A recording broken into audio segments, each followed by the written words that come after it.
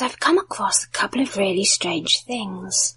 Firstly, there's a man who is a Harvard graduate, a lawyer, who now runs an exopolitics website and show. And I was listening to one of his shows, and he had a guest on called Ole Damagard.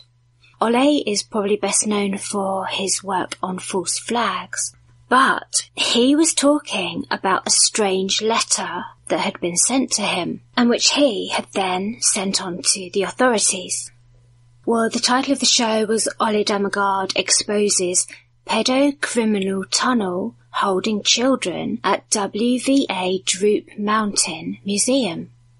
So they read the letter out, and the letter says, "So I met someone who had just returned from the West Virginia Droop Mountain National Park.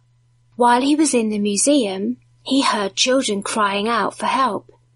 He went to investigate, and the children's voices seemed to be coming from under the ground, as though the museum was built over an underground cavity, cave or tunnel.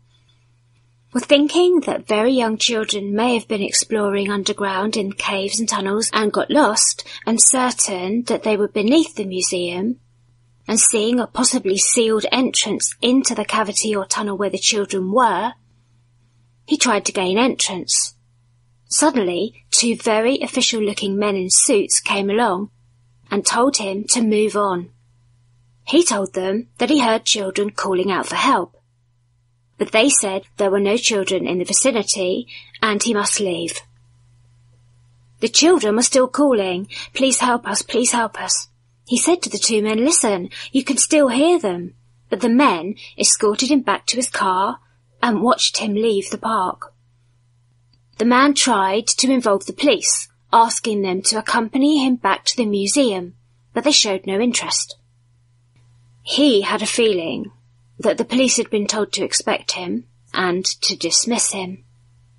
He was already very worried about missing children somehow being held underneath the museum in the national park when Pizzagate exploded on the internet. Well, Alfred Weber says, "We're hypothesizing this is a holding area.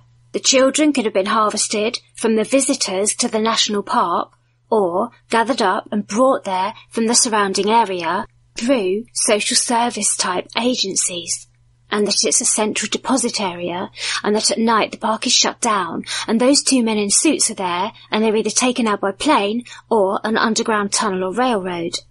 This could be what we're dealing with," he says.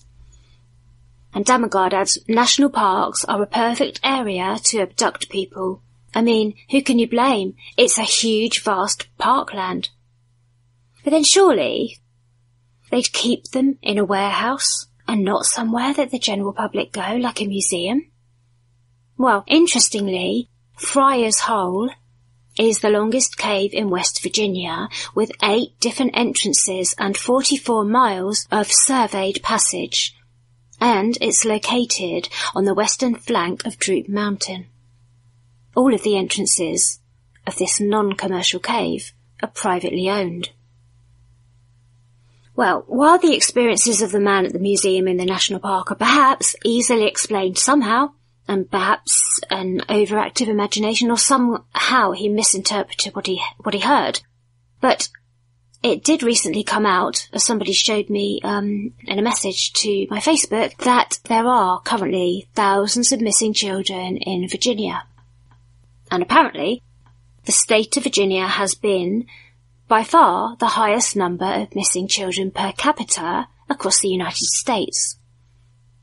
Well, curiously, this person who first noticed this number of missing people adds that unlike almost all of the other states in the country, Virginia provides no photos of nearly all of the missing children.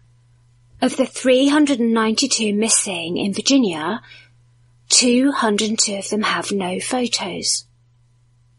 According to this anonymous whistleblower called Mark, he discovered a strange pattern in these disappearances too.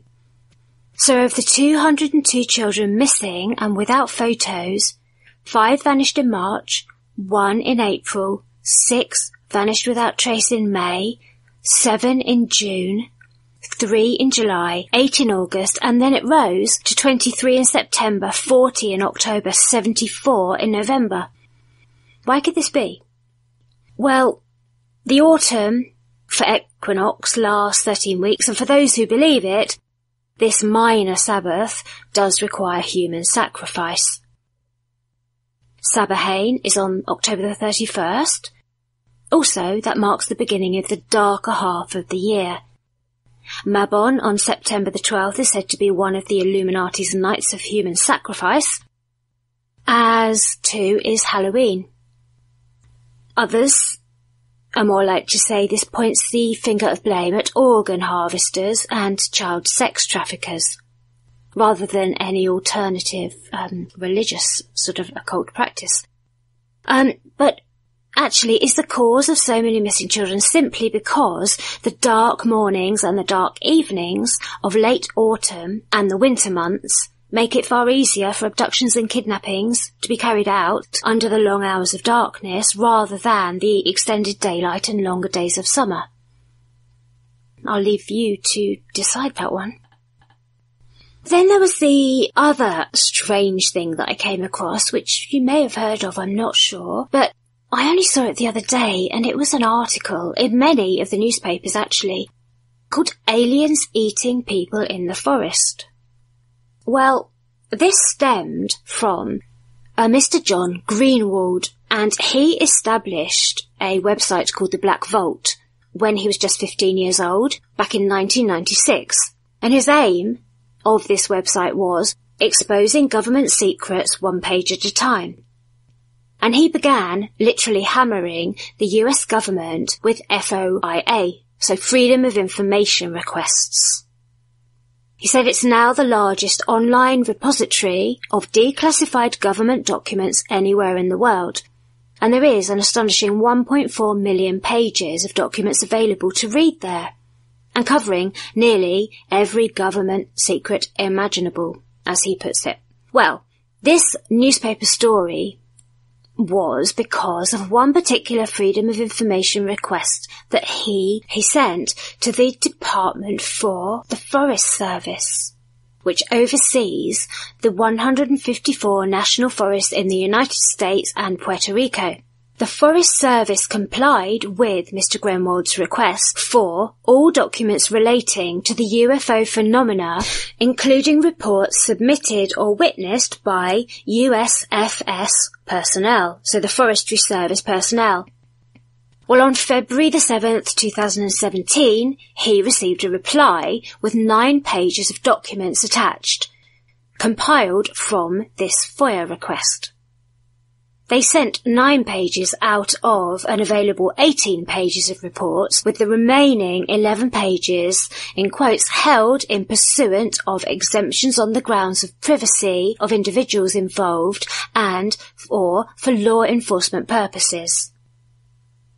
Well, among the 9 pages were also photographs, one of which certainly appears to show a large unidentified object above Lost Twin Lakes in the Bighorn National Park.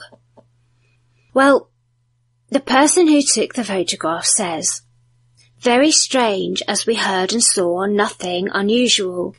We only saw the object later, about a week later, and we had no idea that at the time we took the photo we were not alone." So in other words, despite there being a low-flying unidentified craft close by, they had no idea at all that it was there, because it approached in silence. But this wasn't the most curious and disturbing part of what was sent in the FOIA requests. The most curious one is a written account by a Forest Service ranger of a telephone call that he received. The letter is written on December the 30th, 2013, and it's actually a letter and an email sent out from this one park ranger in Tonto National Park to all the National Park rangers. So the email, or the letter, reads, "Dear all, David received a call this morning at the front desk from a male caller reporting the construction of a secret government installation upstream from the Salt River Canyon past Pinal Creek upstream from Roosevelt Lake. aliens and at least one detached head are involved. Caller claims to have seen construction cranes coming out the side of the cliffs, miniature stealth planes, and UFOs, and aliens and people working together at the site. Aliens eating people. He found a severed head and claims to have pictures of some of this stuff. Caller reported that he is 60, not crazy, and doesn't do drugs. He said he had already called the office at the lake, but he didn't know if those people were turning the other cheek. Or maybe those people have been paid off. The ranger writes, I'm sure the Phoenix media will be all over this. P.S. David and I don't do drugs either. The P.S., I guess, suggests that it does not appear as though the call was taken seriously by the ranger. There's also no follow-up, but then again, the National Park Service is only obliged to provide as much information as is required to fulfil the FOIA request, so they don't have to give any further details about this. But bizarrely, however, this is not the first reference to there being a secret military alien base in the Tonto National Forest of Arizona. In a series of online reports known as Filer's Files, which were written by MUFON director George A. Filer, a man called Scott Heckman spoke of a base in the National Forest in March 2000, where, he says, scores of people have also gone missing. He wrote, the most major base that I've been able to follow craft towards is the Tonto National Forest. I discovered it while camping in the Sierra Ancha Wilderness, inside Tonto National Forest. He says, the UFOs kept flying down into the basin at 2 minutes apart. They flew low out of the southeast at about 2,000 feet above terrain. During the daytime, A-10s use the area for training. Refueling practice also occurs here during the day and night. But the craft seemed to know my location as they kept avoiding me when I would relocate my position to get a better look. These areas have been plagued with several unexplained disappearances that have occurred in Cochise County over the last 30 years. Cars are abandoned, with people's ID, money and keys all left behind. Well, Heckman writes that he's backpacked and hiked in this area for over 20 years. Well, what it brought to mind was, in Something in the Woods book, I mentioned the strange case of Devin Williams, who in June 1995, the newspapers had reported on this odd disappearance of a trucker called Devin Williams in Arizona's Tonto National Park. Well, so maybe we can dispute and just completely dismiss this one report of this person who was in the park and thought he saw aliens eating people. But it did remind me of this case of Devin because it left the police completely baffled after what he did, and the public were coming up with theories which included alien abduction. Well, Devin was a long-distance truck driver from Kansas, and he'd left with his 18-wheeler fully loaded and headed out on his journey to deliver. Along the main freeway, alongside the National Forest, in the area of Buck Springs, which is off Interstate 40, for some reason, he'd inexplicably turned into a remote forest road and started driving up it in his 18-wheeler. Well, this was not a shortcut route to anywhere. It wasn't suitable for a huge truck to drive down, and it only led into the forest, and this was not his route. His boss said after what happened, why would he drive into a rugged area like that? No one can figure out what happened. Well, as he'd driven along, he'd ended up coming close to a campsite, and in fact, 2 campers had a scarily close encounter with his truck as he drove, and they said he was barreling along towards their car.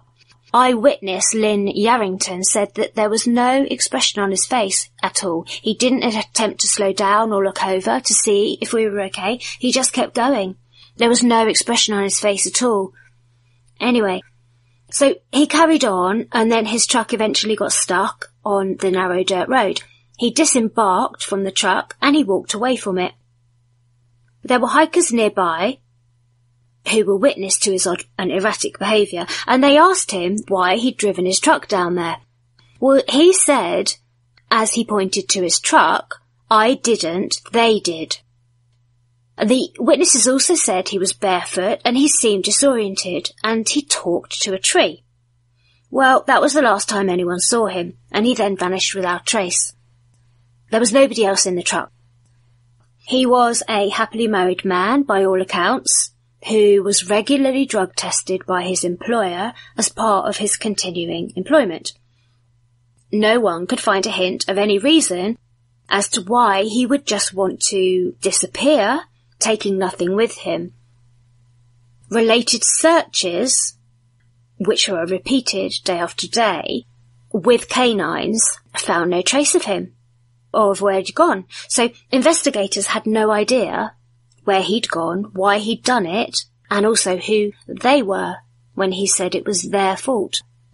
Well, fast forward to 2 years later, and his skull is found on a spot called Mogollon Rim, which was really not very far at all away from where he disembarked from his truck and walked off. And the rest of his body wasn't found, which I suppose you could say because predators had got to it, natural predators, but nobody to this day can work out what happened to him and what caused him to walk off into the forest, where he'd been in the time between when his skull was found, and, of course, nobody knows what happened to him. Well, in February 2014, authorities found a car parked along a dirt road in an isolated part of the same national forest. Inside the car was a note saying that whoever owned the car had gone hiking and that they would be back in a few days. Well, the owner of the car never returned. The car belonged to a 56-year-old man called Paul Tomaso, whose family own one of the largest construction companies in Connecticut. Well, he'd apparently left for the hike on February the 18th, but now the newspapers were reporting that on March the 12th, 3 weeks later, he was still missing. The Hartford Courant reported that the search and rescue teams had hunted throughout the terrain of the National Forest for 2 weeks, searching for him, when it was established that he'd gone missing. His brother said Paul was experienced at hiking and had hiked in this area before. All of his life he'd been an avid, skilled outdoorsman, frequently hiking and exploring the wilderness area in Arizona, and he'd actually bought his home to be in this proximity, his brother said. He also added that he was in good health and very fit. Well, the sheriff, J. Adam Shepard, said, "We found no trace of him whatsoever." The Tonto Rim Search and Rescue recorded that their first day of the search covered dozens of miles by jeep, quad and horseback, but they found absolutely nothing, no trace at all. A ranger helicopter was also on scene looking for fires or lights, but with no success. And for the next 11 days they continued an active search for him, with volunteers as well. They note that the missing man had an emergency locator on him when he disappeared and a satellite phone, but the air search and ground search with canines found not a single trace of him. If we go back to May 1999, 28-year-old Daniel Girard Chevenka, who was a Navy vet, was reported missing. He was last seen in Phoenix, Arizona. He was bipolar and he would have been in need of his medication. He'd had dinner with his family at their home the night before he went missing, returning afterward to his own home in Phoenix. Reportedly, he'd talked on the phone with several people that night, some of whom later did say he sounded a little psychotic. Well, the following day, a man out hiking on a trail in the Tonto National Forest in the Four Peaks Wilderness area came across a wallet on the ground, which when he looked inside had details indicating that it belonged to Daniel. The police, during their search of him, heard a message from this hiker left on Daniel's answer phone at home telling him that he had found his wallet and where he'd found it. When the police went to the area and searched the car that they found abandoned at Chine Trailhead, a further search of the area yielded no signs at all of Daniel, and nobody has heard or seen from him since. He was well known to be a keen day hiker, but on the day he disappeared, he didn't take any camping gear with him, nor any of the medication he would have needed. But the searchers found absolutely no trace of him. In the year 2000, in May, 46-year-old Carl Herman Mao became separated from his hiking partner. He was in the Four Peaks Wilderness area of Tonto National Forest. He has never been found. In February 2009, sheriff's deputies were searching for a man believed to be four-wheeling in the Tonto Basin area of Tonto National Forest. Sergeant Craig A. Smith of the Gila County Sheriff's Office reported that they were searching for 29-year-old Jason Wetherill. Sergeant Smith said that the man had last been seen at Jake's corner store purchasing some groceries and a Tonto National Forest pass. He described the man's vehicle and said that there was some concern that perhaps his vehicle had broken down and he was now stranded somewhere. He added that the man's parents and fiancée said this was completely out of character for him not to be in touch. A helicopter owned by the Department of Public Safety had been sent out in search of him. Ground crews had also been out searching for him in the National Forest where they believe he'd headed. The missing man was a member of the virtual Jeep group who regularly went four-wheeling there, and they had all gone out to search for him too. The Tonto Rim Search and Rescue was called out to assist in the search. Well, 6 days later, on March the 3rd, the Sheriff's Office announced a man on horseback had located his vehicle at approximately 4:30 p.m. The Gila County Sheriffs, with the assistance of this citizen on horseback, located the vehicle.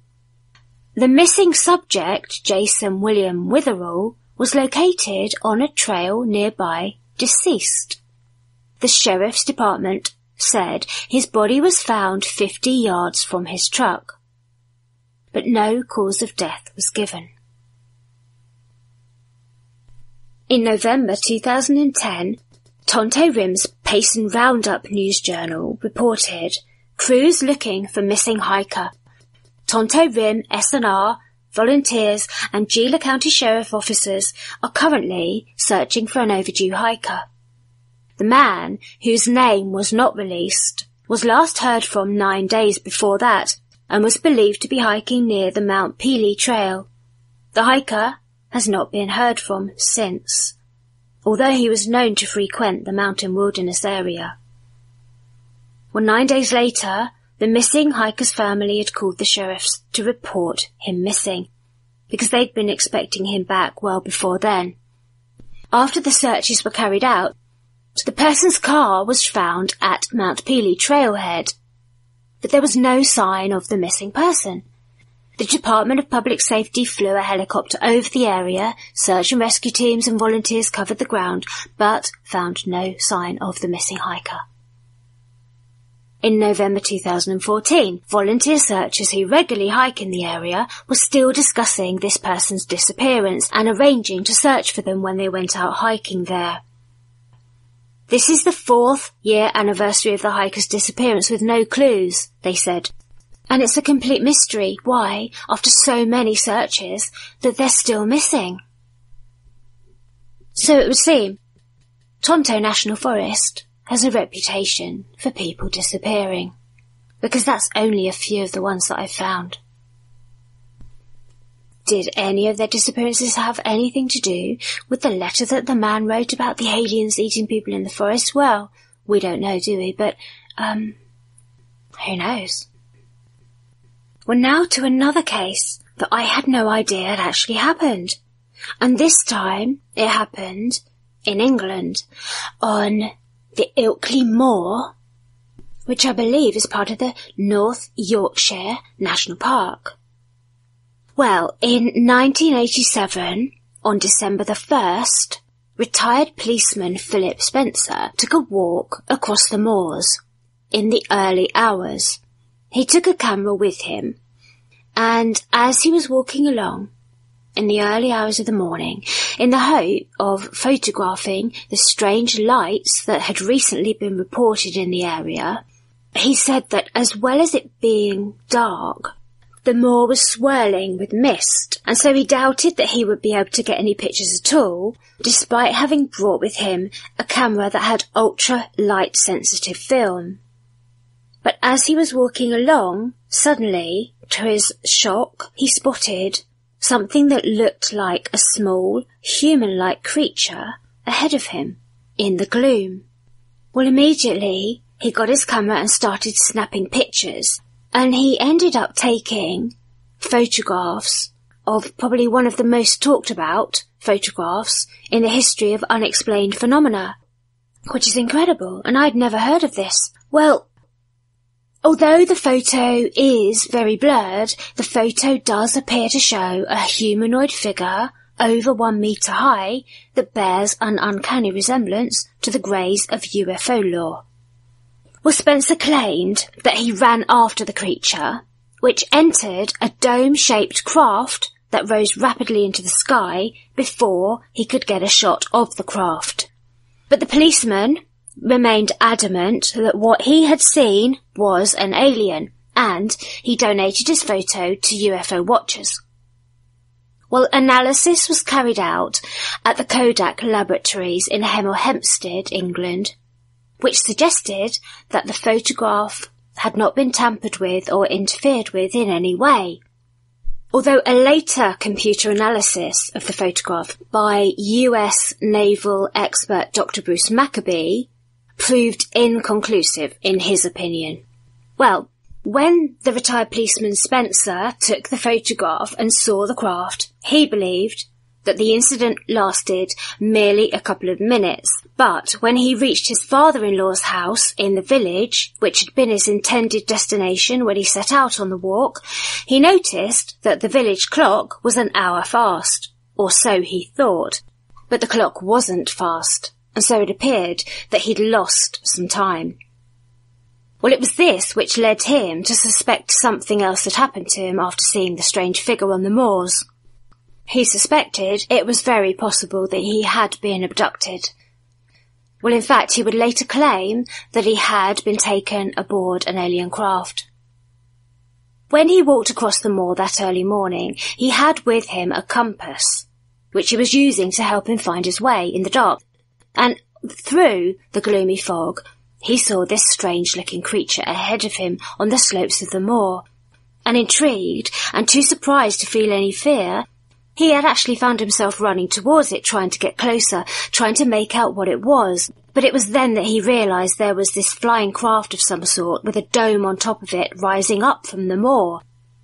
And it disappeared from sight within seconds, and the unidentified creature was gone. He'd hung around for some time, he said, hoping that both would return, so that he could try and figure out what it was that he'd just witnessed, but neither thing returned, and so that was when he made his way to the village.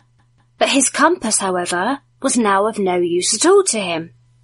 It was now pointing south instead of north, and when he got to the village, his watch said this different time to the village clock, so he must have lost an hour of time.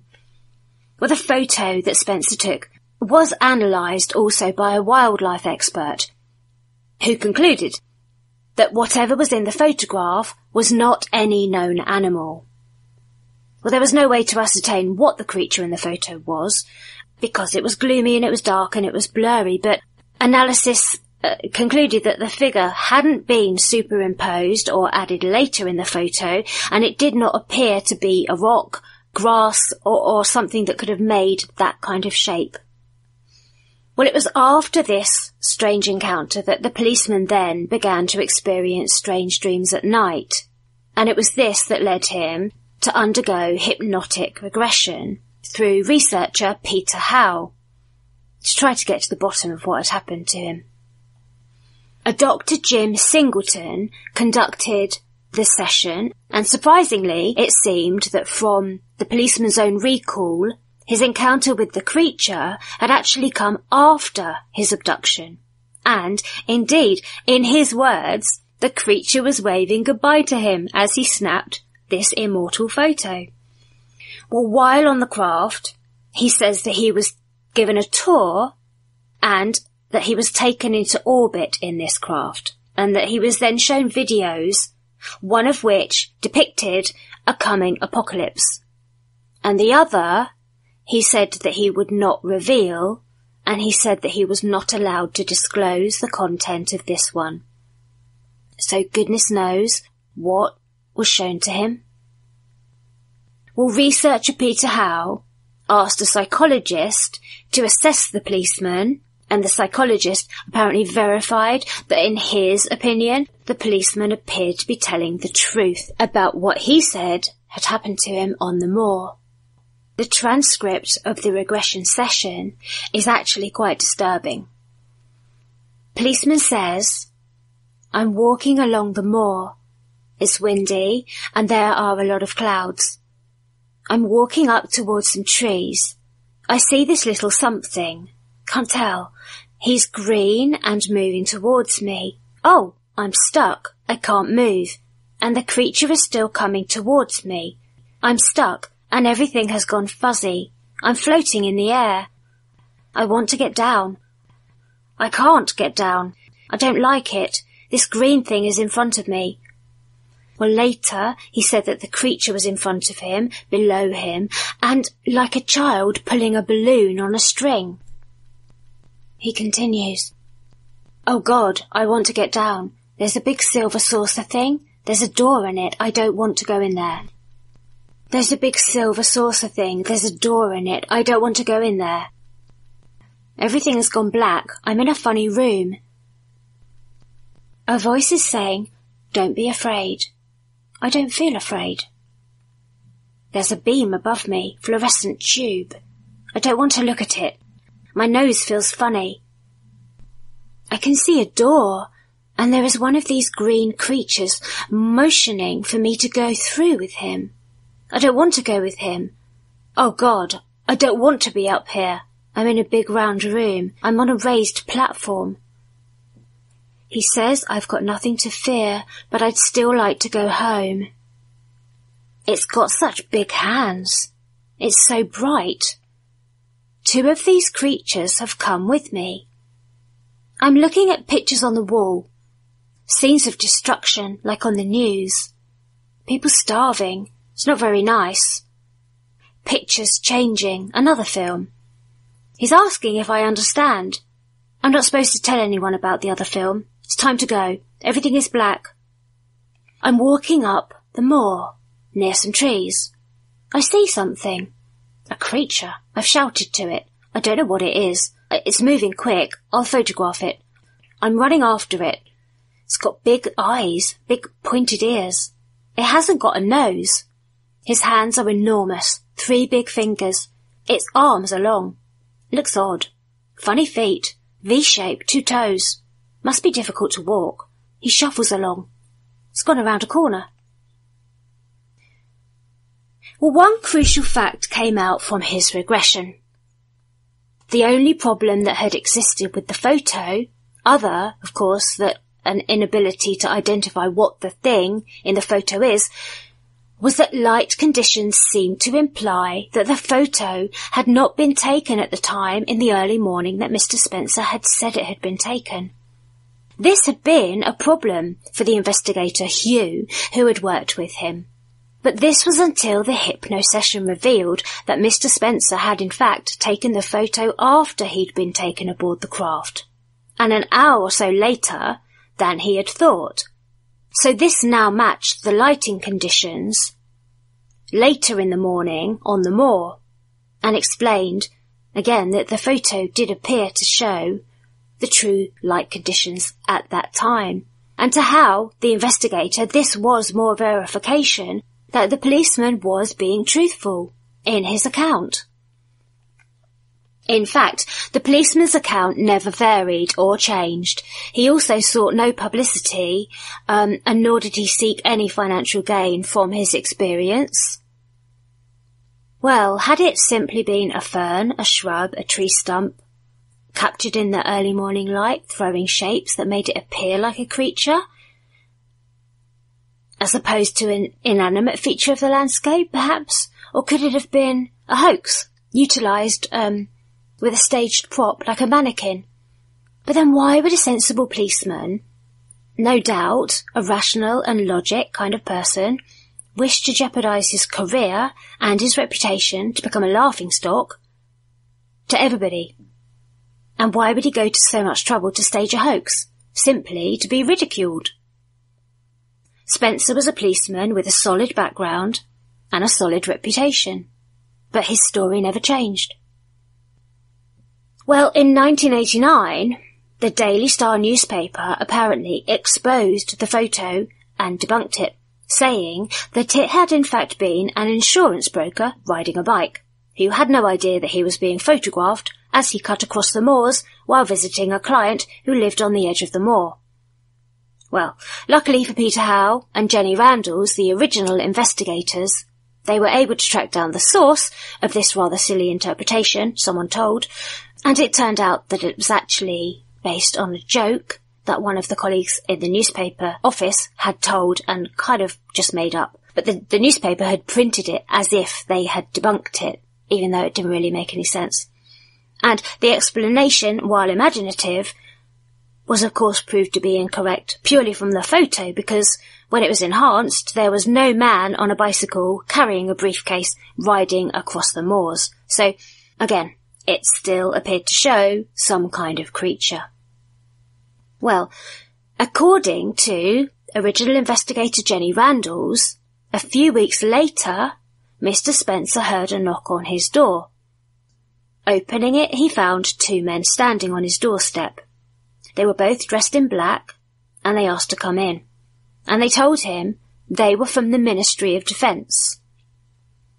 Well, the policeman Spencer was a little surprised at this, because he had certainly not told the Ministry of Defence anything about what had happened to him a few days earlier on the moor.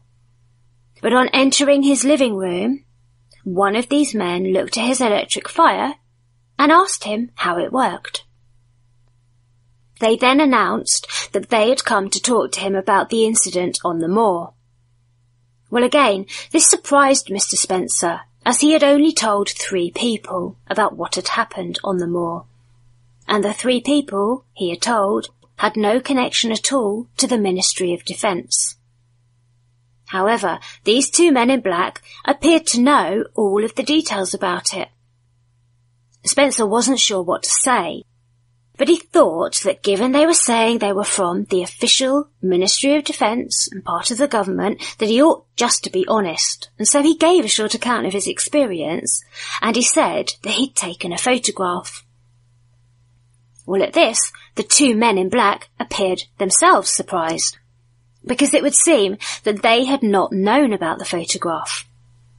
When they discovered that a photograph existed, they were very quick to ask for it, but Mr. Spencer explained it was not in his possession at this time, and rather it was with a friend. Well, at this, strangely, the 2 men in black seemed to lose interest in questioning him any further, and they got up to leave. Well, after this visit, Hugh, the investigator that Spencer was working with, contacted the Ministry of Defence and also the Air Force to inquire about who these 2 men had been. He gave the names that the 2 men had given to Mr. Spencer, but he was told that no such men existed. Perhaps what makes Spencer's story all the more interesting is that 7 years earlier, on the 16th of June 1980, only a short way away on the Ilkley Moor, near Todmorden, 56-year-old Zigmund Adamski had been found dead lying on top of a pile of coal, 20 miles from his home, and he disappeared several days prior to this. And when he was found there, he had no shoes on, his clothes had been buttoned up wrong, and he had a strange mark on his body, and covering the mark was a strange ointment. When the pathologist ruled on his case, he said that he could not find any known source for this special ointment. And then the policeman that had been first on the scene when his body had been found also had a strange incident where he believed that he'd been taken too, because when he underwent regression, he recalled being in a craft and strange robotic-type creatures the size of children, and a man who looked like a biblical character with a long beard and a robe. So it seems to be a very strange part of the country. You'll find me at Patreon for exclusive episodes. That's patreon.com/StephYoungPodcast.